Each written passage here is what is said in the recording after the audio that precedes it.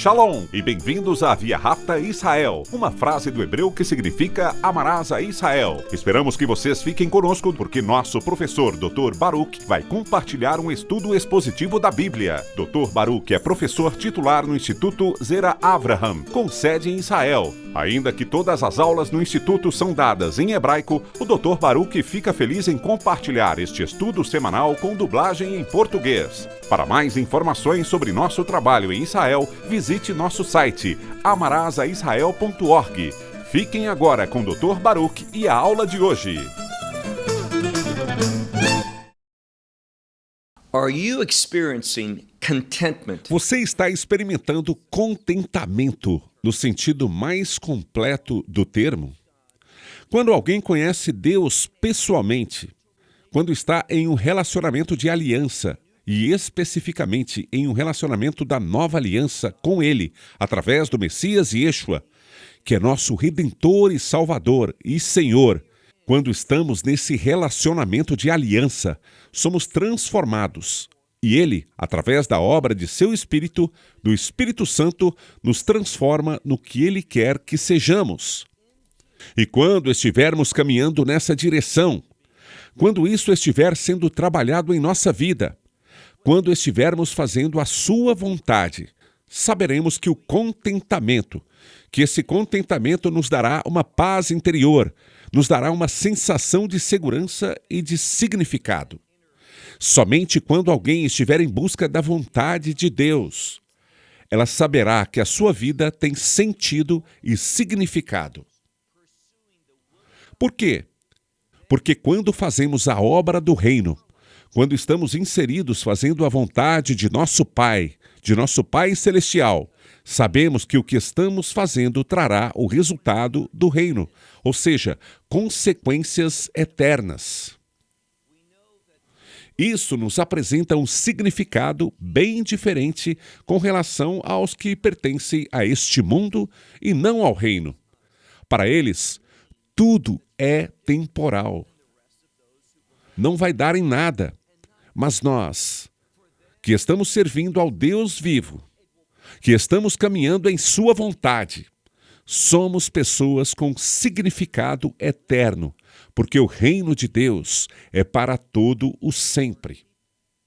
Bem, agora pegue a sua Bíblia, pois vamos começar hoje um estudo da primeira epístola de João.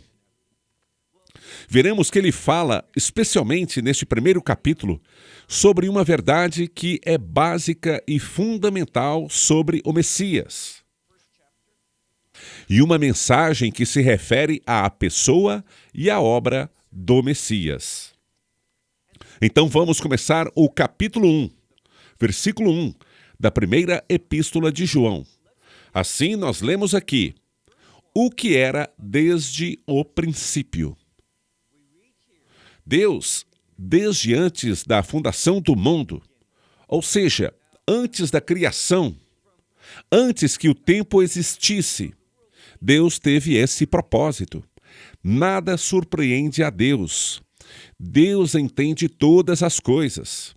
Quando Ele entendeu todas as coisas, nunca houve um momento em que Ele não tenha entendido. Ele é onisciente. Ele tem conhecimento perfeito. O que temos ouvido? Preste atenção aqui, João diz, o que era desde o princípio. Muitos comentaristas acreditam que é desde a revelação.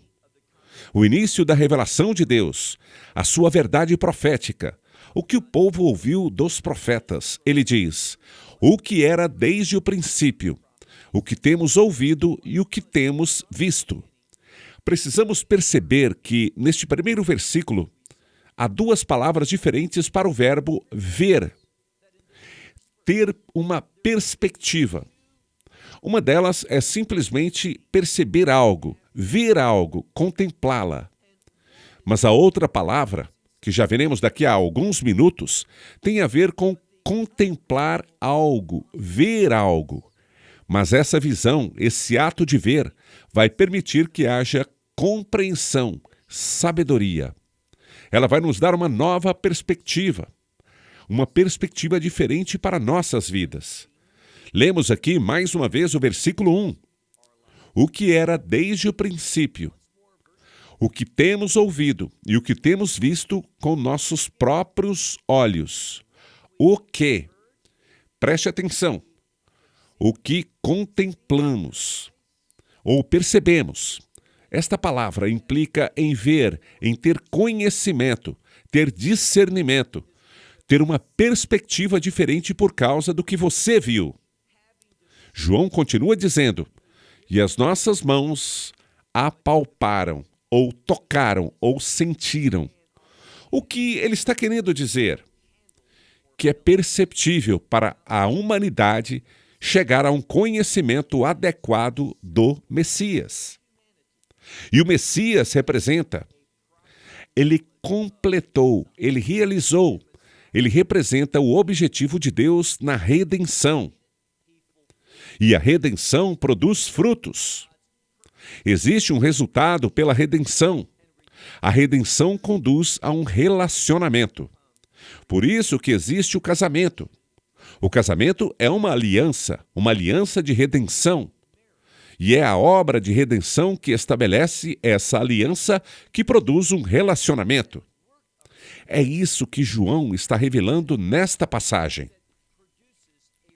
Esse relacionamento será uma experiência no sentido mais amplo. O que vimos, o que ouvimos, o que tratamos, o que tocamos, o que nós contemplamos e compreendemos. Ele diz, tudo isso, o que nossos próprios olhos viram e nós percebemos. Ele continua dizendo, e as nossas mãos apalparam. Aqui está a parte principal do versículo 1. Ele diz, apalparam sobre a palavra da vida. Biblicamente, a vida não é simplesmente estar vivo. A vida tem a ver com ser levado a seguir os propósitos de Deus. E isso é algo que a maioria das pessoas ignora, que deixam de lado, não prestam atenção, mas a vida, a verdadeira vida, é apenas quando somos levados a seguir o propósito, o plano, a vontade de Deus. Novamente, como eu disse antes, quando estou fazendo a vontade de Deus, atendendo a seus propósitos, cumprindo seu plano para a minha vida, somente assim vou saber e experimentar o que Deus descreve e define como vida. A maioria das pessoas que estão vivas neste mundo, elas não experimentam a vida em nenhum sentido. Elas não experimentam a vida que Deus tem para elas. O que estamos aprendendo nesta conclusão do versículo 1 é que isto pode ser visto e ouvido, como foi tocado e manuseado e contemplado. Isto é a fonte da vida, da verdadeira vida. Novamente, ele diz, e as nossas próprias mãos apalparam sobre a palavra da vida. Versículo 2.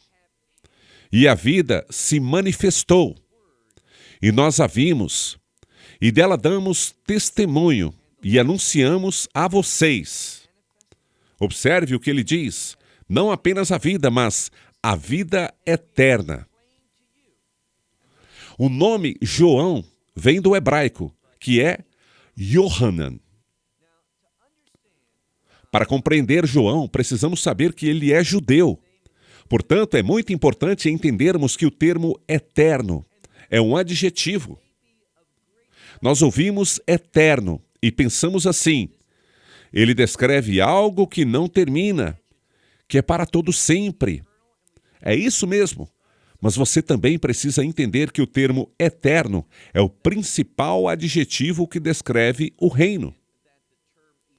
Então, quando diz aqui, nesta epístola, vida eterna, está se falando sobre a vida no reino, que é a vida verdadeira, que é o que Deus quer que experimentemos.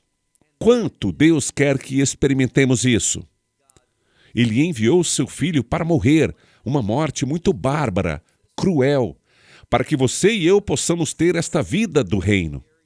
E se você não recebê-la, se não aceitá-la pela fé, se não receber a graça de Deus, a misericórdia de Deus, você não terá esta vida do reino e você se arrependerá eternamente. Em outras palavras, esta é uma informação importante. É uma mudança de vida para sempre, não apenas para uma fase de sua vida, para um dos capítulos de sua existência, mas é sobre a eternidade. João diz então no final do versículo 2, ele diz: essa vida se manifestou, e nós a vimos e dela damos testemunho, e anunciamos a vocês esta vida eterna que estava com o Pai e nos foi manifestada. Então, falando do Messias, ele sempre esteve com o Pai. E ele agora nos foi manifestado. João está escrevendo esta epístola para que aqueles que talvez não tenham conhecido Yeshua antes, os que talvez nunca o tenham experimentado, talvez nunca tenham ouvido sua voz, ou visto com seus próprios olhos, tenham sido capazes de tocá-lo, ou ouvido qualquer coisa sobre sua obra. Agora, através desta epístola, podemos encontrar a revelação, podemos desenvolver essa perspectiva correta, para que possamos experimentar exatamente isso, que podemos ter uma vida do reino. Veja o que diz. E isso tem a ver com intimidade com o Pai, a mesma intimidade que ele teve pela eternidade. Ele nunca ficou sem estar com seu Pai, mesmo quando ele veio a este mundo e assumiu a carne humana. Havia uma intimidade com seu Pai, visto que o mesmo João escreveu em seu Evangelho que o Messias Yeshua e Deus, Pai, são um só. Houve apenas uma ruptura momentânea nessa intimidade. Quando ele estava na cruz, e a Escritura diz que ele se tornou pecado por nós, e o pecado nos separa de Deus. Então, quando o Messias, aquele que nunca soube o que era pecado, que era perfeito em todos os sentidos, que nunca pecou, que nunca transgrediu, que nunca cometeu iniquidade, quando ele se tornou pecado por nós, o que isso significa? Que os seus pecados e os meus pecados foram colocados sobre ele. E foi esse pecado, o meu pecado, o seu pecado, que provocou a morte, a separação de seu Pai Celestial, exceto naquele momento em que houve unidade perfeita entre a palavra viva, o Filho de Deus, o Messias e o Pai Celestial. E vemos que João está manifestando a verdade da sua identidade, de quem ele é e o que ele fez. É isso que João está manifestando. E diz a eles: ela nos foi manifestada e agora a estamos manifestando para vocês. Olhe para o versículo 3, o qual este mesmo Messias, o qual temos visto e ouvido, anunciamos a vocês. Observe o que ele diz: para que vocês também estejam em comunhão conosco. Esta comunhão fala sobre o fato de que é somente por meio dele que as pessoas podem estar em unidade uns com os outros. Sem os vínculos adequados, os vínculos da nova aliança com o Messias, sem aceitar sua obra na cruz, o derramamento de seu sangue, você nunca poderá ter. Em primeiro lugar, como já vimos, você não terá intimidade com Deus. Em segundo lugar, você não terá intimidade com os outros. Só Ele pode trazer essa reconciliação entre as pessoas para trazer unidade. De que ele está falando? Bem, como muitos estudiosos apontam, ele fala sobre ele que cria um povo, uma família, a família de Deus. E João escreve aqui, dizendo, para que também vocês possam estar em comunhão conosco. E esta comunhão, a nossa comunhão, tem aí uma outra parte do discurso, que diz o seguinte, e a próxima palavra no texto, literalmente, seria a palavra mas. João está unificando o texto. Mas ele quer enfatizar algo além disso. Ele acabou de falar sobre a comunhão que podemos ter uns com os outros, mas também tem uma outra comunhão, e é isso que ele está enfatizando aqui. Ele diz, a comunhão com o Pai e com seu Filho, Messias Yeshua. É isso que ele está enfatizando. Essa comunhão que podemos ter por meio de seu Filho, o Messias. Esse de quem João está falando. Esse que foi desde o início, de quem ouvimos falar, como também dos profetas, de quem ouvimos falar, nós vimos agora, em seus dias, ele apareceu. E agora João e outros estão testemunhando a essas pessoas sobre a pessoa e a obra do Messias. Assim, ao concluir este primeiro parágrafo, João escreve, essas coisas escrevemos para vocês. Agora, preste atenção, para que sua alegria seja completa. Isso nos leva a algo com que começamos, que é, você conhece contentamento em sua vida? Você tem alegria? Uma alegria que não venha do que é material. Tanto faz se sua vida está indo bem, se não está, se você tem bens que deseja e precisa, ou se não tem. Estamos falando de uma alegria que é sobrenatural, que não se baseia em nenhuma coisa material, física, mas se baseia na intimidade, em ter um vínculo com Deus vivo que nos ama e que concede a nosso favor seu próprio Filho para realizar a obra da redenção. João está falando aqui sobre comunhão, comunhão com Deus, comunhão uns com os outros. E tudo isso se resume em um termo, que é alegria. Somente através da fé bíblica, somente respondendo à mensagem, a mensagem do Evangelho. E então você vai conhecer essa alegria de que João está falando no final do versículo 4. Observe o final do versículo 4. Para que sua alegria possa ser feita completa. É importante aqui entender que a palavra usada para ser feito completo está na voz passiva. O que isso quer dizer? Você não pode trazer essa alegria para a sua vida. Não é algo que você possa fazer. Não é algo que algum outro ser humano possa fazer. Por estar na voz passiva, a ênfase é somente Deus pode fazer isso. E como Deus faz isso? Através da obra de seu Filho. Somente por meio dele, você pode experimentar essa alegria. Você pode buscá-la em todos os lugares que quiser, mas você nunca a encontrará. Ao invés de conhecer esse contentamento, essa paz, essa alegria, você vai experimentar frustração. A segunda coisa sobre o termo analisado é que ele não está apenas na voz passiva, mas quando olhamos para o tempo verbal, percebemos que está no perfeito. O que isso quer dizer? Que no momento em que se acredita nisso, essa alegria será liberada em sua vida. Por exemplo, sou crente há mais de 30 anos. Então essa alegria é algo que eu conheço, com a qual estou familiarizado desde o passado. E essa mesma alegria está presente hoje, agora.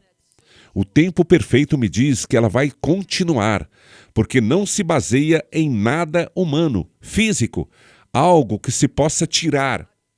Enquanto eu estiver nesta aliança, enquanto eu estiver em intimidade com Deus, essa alegria vai estar em minha vida. Eu terei essa paz que excede a compreensão desse contentamento. Olhe agora para o versículo 5. João nos diz, esta é a mensagem. Esta mensagem é o ponto central para se conhecer a verdade de Deus, a revelação de Deus, especificamente o Redentor. Estamos falando sobre o Messias. Esta é a mensagem que ouvimos dele e proclamamos a vocês. Então João está falando pessoalmente. Ele diz que nós, crentes, dos quais ele faz parte, Ouvimos isso e agora proclamamos a vocês. Ele diz: nós proclamamos a vocês que Deus é luz. Enquanto João escreve aqui, vemos que grande parte do seu vocabulário é tirada do livro de Bereshit, o livro do Gênesis. Nós temos desde o princípio esse termo Bereshit, que significa no início, no princípio. Aqui ele está nos dizendo que Deus é luz. Quando olhamos para o relato da criação em Gênesis, vemos que após a criação inicial, e não se deixe enganar, não se engane, não se passaram bilhões de anos desde o início da criação. À medida que avançamos com o relato em Gênesis 1, não existe nada nos textos que leva a essa falsa conclusão. Absolutamente nada. Simplesmente nos diz que Deus criou, e Ele criou com propósito. Mas inicialmente esse propósito não pôde ser visto ou alcançado. Por quê? Ele quer nos ensinar algo que não aconteceu até que o Espírito de Deus começou a se mover sobre as águas. E Deus começou a falar. Aqui está ao que ele se refere. João está falando sobre a palavra. É Deus quem fala. E o Espírito. A palavra e o Espírito agem juntos para trazer ordem em sua vida. Entregue a si própria, em sua condição natural, sua vida não terá uma ordem divina, piedosa, adequada.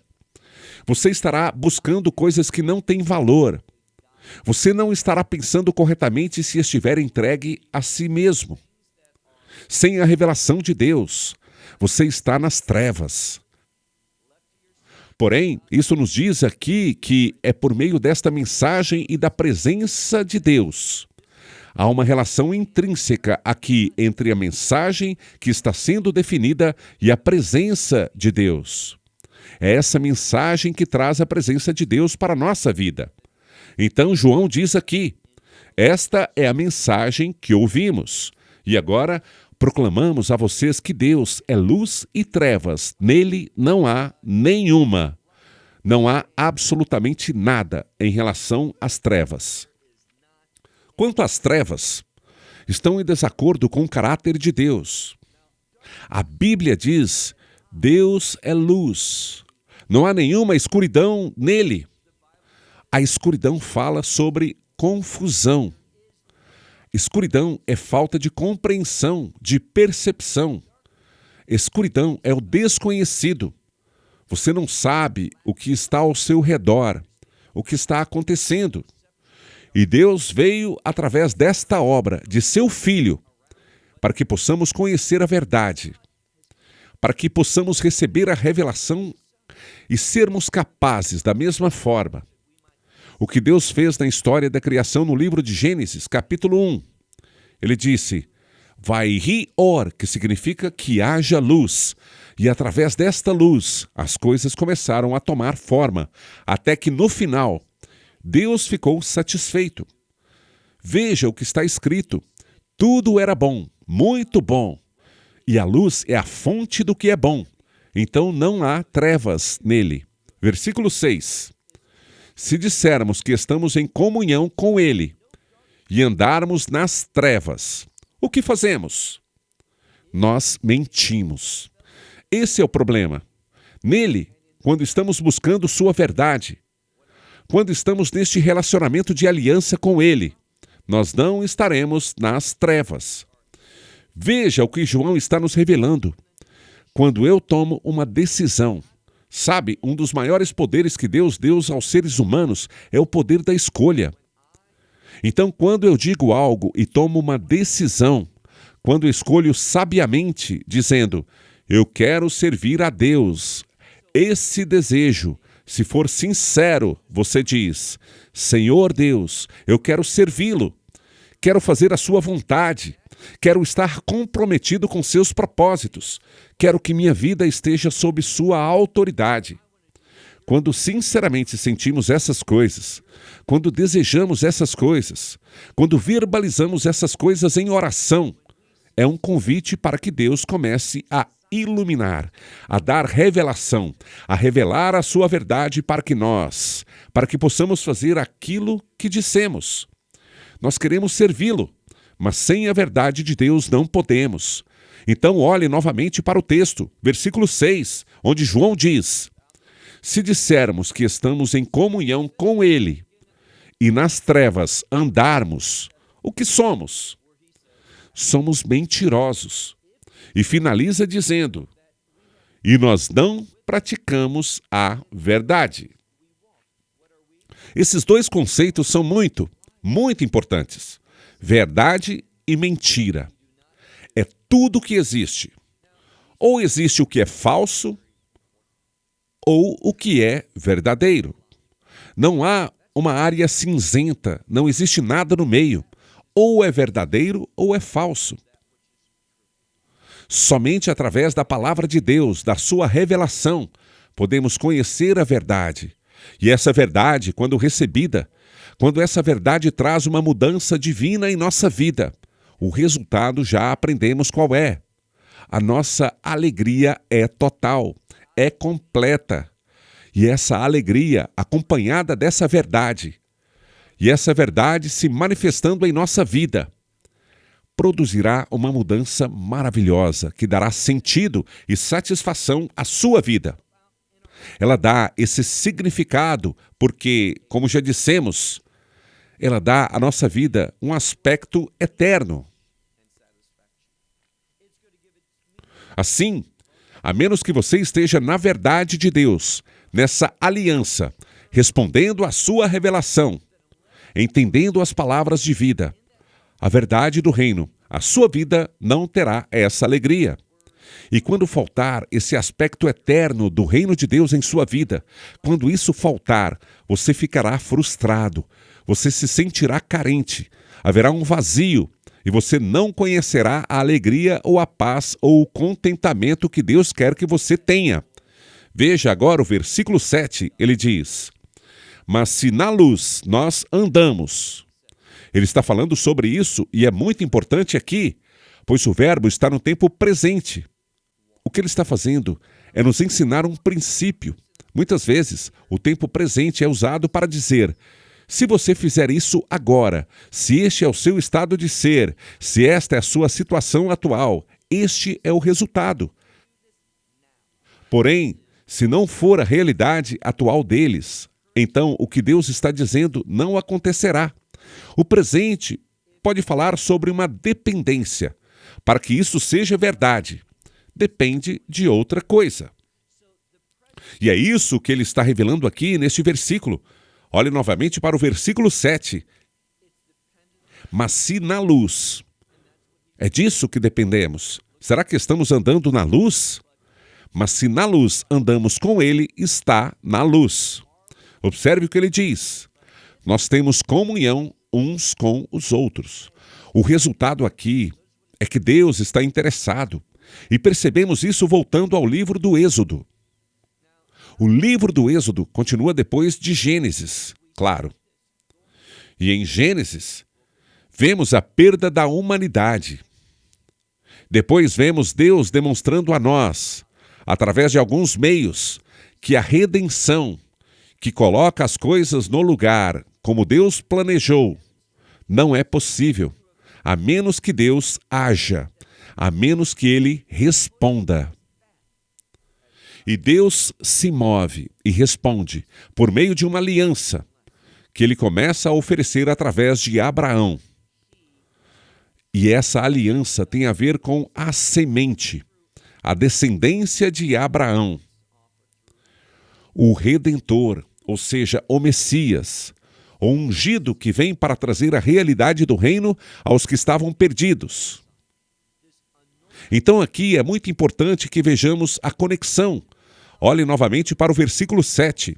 João diz: quando estamos na luz, agindo de acordo com a revelação. E nesse contexto, a luz é sinônimo de verdade. Quando estamos na luz, a verdade de Deus, estamos em comunhão uns com os outros. E essa comunhão é através de quem? Nós também temos essa comunhão. Nós já aprendemos isso. uns com os outros e com Deus. E tudo isso é possível, e Ele quer que nós percebamos isso, dizendo, e o sangue do Messias Yeshua. Quando falamos sobre o sangue do Messias Yeshua, o que está sendo inserido no texto? Muito simples, o conceito de redenção. Já dissemos isso antes, o Messias veio como redentor. Uma das minhas passagens favoritas é quando o Messias diz que o Filho do Homem não veio para ser servido, mas ao invés, ele veio para servir, para dar sua vida em redenção aos outros. Ou seja, para você e para mim. E se você for sensato, então você entenderá que não há outra fonte para essa redenção. E como você e eu precisamos dessa redenção desesperadamente. Só então poderemos estar em comunhão com Deus, o Pai, estar em comunhão uns com os outros. E tudo isso vem como resultado da obra redentora do Messias. É por isso que João diz, e o sangue. Sangue está sempre relacionado à redenção. E o sangue do Messias Yeshua, seu Filho, ele nos purifica. Este sangue nos purifica de todo pecado. Essa é uma declaração muito poderosa. De quê? De todos os pecados, porque isso é importante. Porque ela nos dá segurança. É isso que precisamos memorizar e estar sempre atentos. A redenção. O sangue que o Messias nos oferece me purifica eternamente. De forma que para sempre farei parte da família de Deus. Este é o poder da obra do Messias. E é por isso que podemos ter esta bênção muito importante, como já disse antes, que é a certeza. Nós sabemos, não temos dúvidas, não temos esperança no sentido de ser otimistas e dizemos, não sei se essa é a realidade, mas eu quero que seja. Não é isso que a Bíblia diz. A Bíblia nos dá garantias. Essas coisas não são possíveis promessas, mas são totalmente promessas da boca de Deus. Então lemos aqui que esse sangue de seu Filho nos purifica de todo pecado. Versículo 8. Se dissermos que não temos pecado, todo mundo, não importa quem você é, tem. Veja, uma das coisas que precisamos entender é que nós, seres humanos, podemos parecer diferentes, podemos ter características diferentes, podemos ter cores diferentes de pele ou cabelo ou olhos, tanto faz. Todas essas coisas são externas. Elas não têm nenhum significado espiritual. Somos todos obra de Deus. Ele criou a todos nós. E a Bíblia diz que Deus não faz acepção de pessoas. O que isso significa? Deus não tem favoritos. E mesmo que possamos falar diferentes línguas, que possamos ter algumas diferenças culturais, quando você vai direto ao assunto. Um homem é um homem, uma mulher é uma mulher. Somos todos muito parecidos. E certamente uma das coisas que todos nós temos em comum é a perdição. Nós fomos concebidos por pais pecadores, e seus pecados foram repassados para nós biologicamente, geneticamente. Todos nós somos pecadores. Dessa forma, João escreve, olhe novamente para este texto no versículo 8, ele diz, se dissermos que não temos pecado. Ele menciona duas coisas. A primeira é, a nós mesmos nos enganamos. Então, qualquer um que disser, eu não sou pecador, ele foi enganado e está se enganando com essas palavras. Qual é a segunda coisa? E a verdade não está em nós. Então, todos somos pecadores. O que isso significa? Todos nós precisamos do que João está falando, de redenção, do Messias, da purificação de nossos pecados. Todos nós temos isso em comum.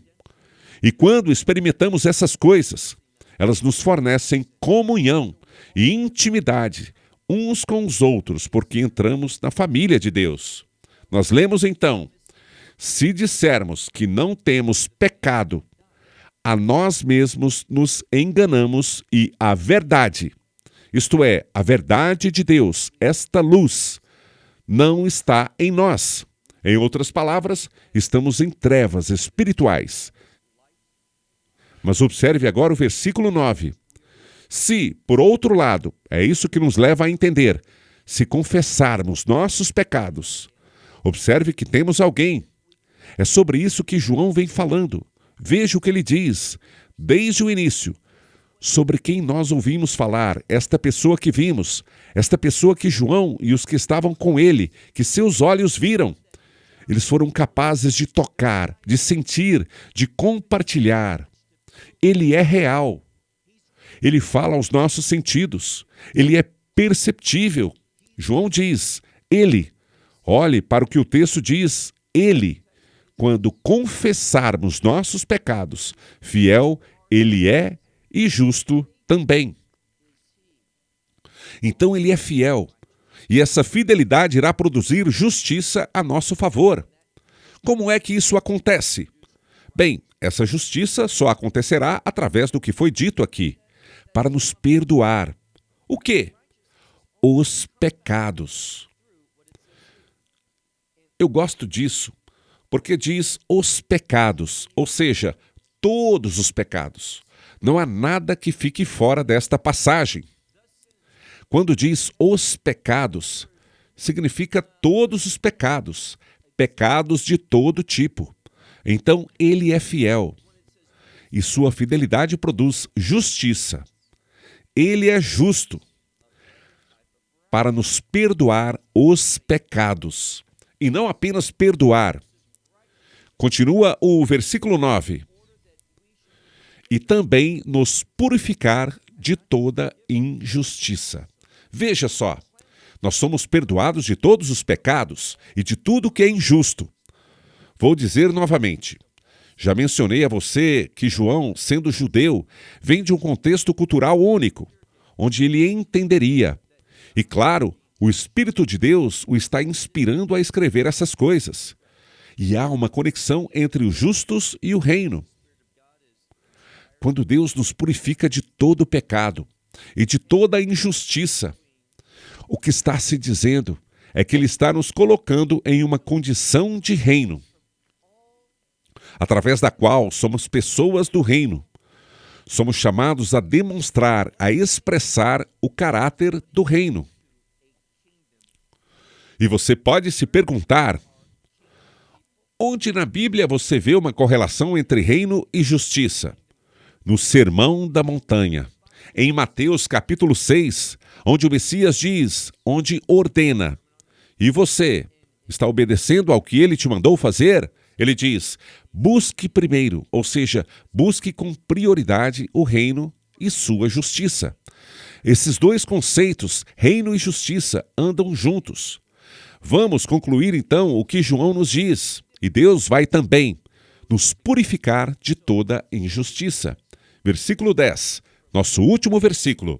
Se dissermos que nós não somos pecadores, que não temos cometido pecado, ele diz, nós fazemos dele um mentiroso. Literalmente está escrito, em mentiroso nós o tornamos. Por quê? Porque ele veio para proclamar o perdão dos pecados, para nos transformar, para nos tornar uma nova criatura. E por que precisamos ser essa nova criatura? Porque o pecado destruiu o que deveríamos ser. O pecado nos afetou negativamente e nos deixou sem a interação de Deus, sem a sua intervenção. Sem isso, estaremos perdidos por toda a eternidade. Mas se recebermos esse perdão, se nos submetermos à sua obra em nossa vida, purificando-nos de toda a injustiça, tornando-nos um povo do reino. Mas se dissermos, nós não temos nenhuma necessidade disso, porque não somos pecadores, então o que ele disse não deve ser verdade. E estamos proclamando pela nossa falsidade que Deus é mentiroso. Mais uma vez, vamos ler o versículo 10. Se dissermos isso, que nós não pecamos, um mentiroso nós o tornamos, e a sua palavra não está em nós. O que João faz ao concluir o capítulo 1 é nos revelar o quanto a verdade é importante, é fundamental, é a verdade de Deus. E lembre-se da correlação entre a verdade e a luz. É através da verdade que teremos a luz, ou seja, a iluminação. E essa iluminação vai nos levar à revelação de Deus, à sua mensagem do Evangelho, ao plano de salvação. E será por essa experiência de salvação que vem pela obra da redenção. É por isso que diz que seu sangue nos purifica de todo pecado e de toda injustiça. É por meio dessa redenção que experimentamos a vida.